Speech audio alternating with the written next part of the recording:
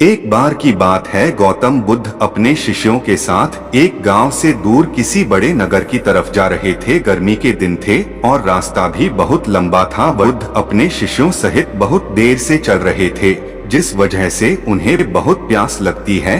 वहां से कुछ ही दूरी पर बरगद के वृक्ष की एक घनी छाव थी। सभी लोग उस वृक्ष के पास पहुंच जाते हैं। महात्मा बुद्ध अपने शिष्यों सहित वृक्ष की घनी छाया के नीचे विश्राम करने लगते हैं। बहुत देर से चलने की वजह से सभी का गला प्यास से सूख रहा था।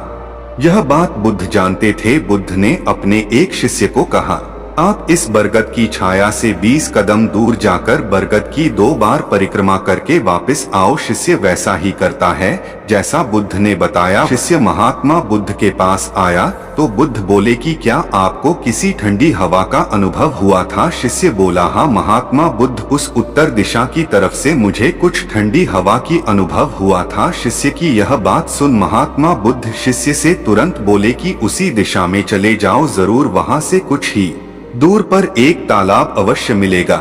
उस तालाब से सबके लिए पानी ले आओ। शिष्य उसी दिशा में जब कुछ दूर जाता है तो वहाँ सच में एक तालाब होता है। तालाब देख शिष्य बहुत प्रसन्न होता है और तालाब के निकट जाकर जैसे ही तालाब से पानी भरने वाला होता है, तभी शिष्य की नजर वहां दूर तालाब में कपड़े धो रही कुछ स्त्रियों पर जाती है।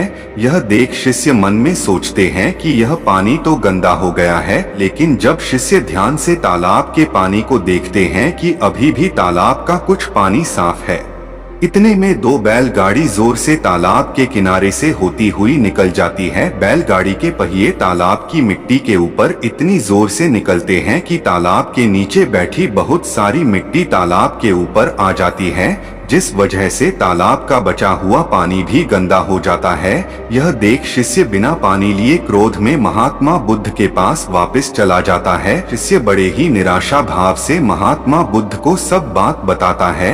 शिष्य की बातें सुन सभी शिष्य बोलते हैं कि हमें तुरंत यहाँ से निकलना चाहिए, किसी दूसरी जगह पानी की खोज करनी चाहिए, वरना प्यास के मारे जान निकाल जाएगी। इधर महात्मा बुद्ध सभी को शांत होने के लिए कहते हैं और बोलते हैं कि धीरज रखो, कुछ देर यही बैठो, उचित समय आने तक संयम बनाए रखो। सभी महात्मा बुद्ध की बात सुनकर शांत हो जाते हैं और वही बैठ जाते हैं। कुछ समय बीत जाने के बाद महात्मा बुद्ध फिर से अपने शिष्य को उसी तालाब से पानी लाने के लिए कहते हैं। शिष्य बिना कोई सवाल किए उसी तालाब से पानी लेने के लिए फिर से चला जाता है। तालाब की हालत देख शिष्य को यकीन नहीं होता। तालाब का पानी पूरी तरह से साफ होता है। यह देख शिष्य बहुत खुश होता है और पानी भरकर महात्मा बुद्ध के पास जाता है।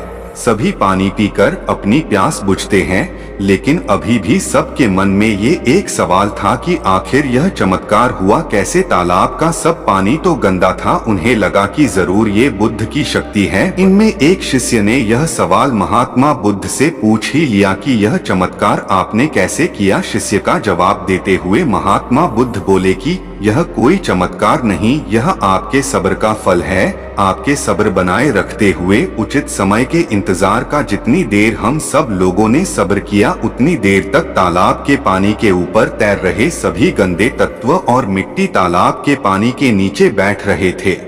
फिर कुछ देर बाद शिष्य जब वहां तालाब के पास पहुंचा, तब तक सब दूषित कण नीचे बैठ चुके थे, जिस वजह से तालाब का पानी पहले की तरह साफ हो चुका था तथा तालाब साफ दिखाई दे रहा था। यदि उस समय आप लोगों ने सब्र न किया होता, धैर्य न रखा होता, तो आप सब इतनी गर्मी में पानी की खोज में प्यासे रहकर शायद अब तक मृत्यु को प्राप्त हो गए होते। क्योंकि यहाँ से अगला कोई तालाब है या नहीं, और होगा भी तो क्या उसका पानी साफ होगा या नहीं? इन सब कारणों से आप कभी प्यास न बुझा पाते और प्यास से मर जाते।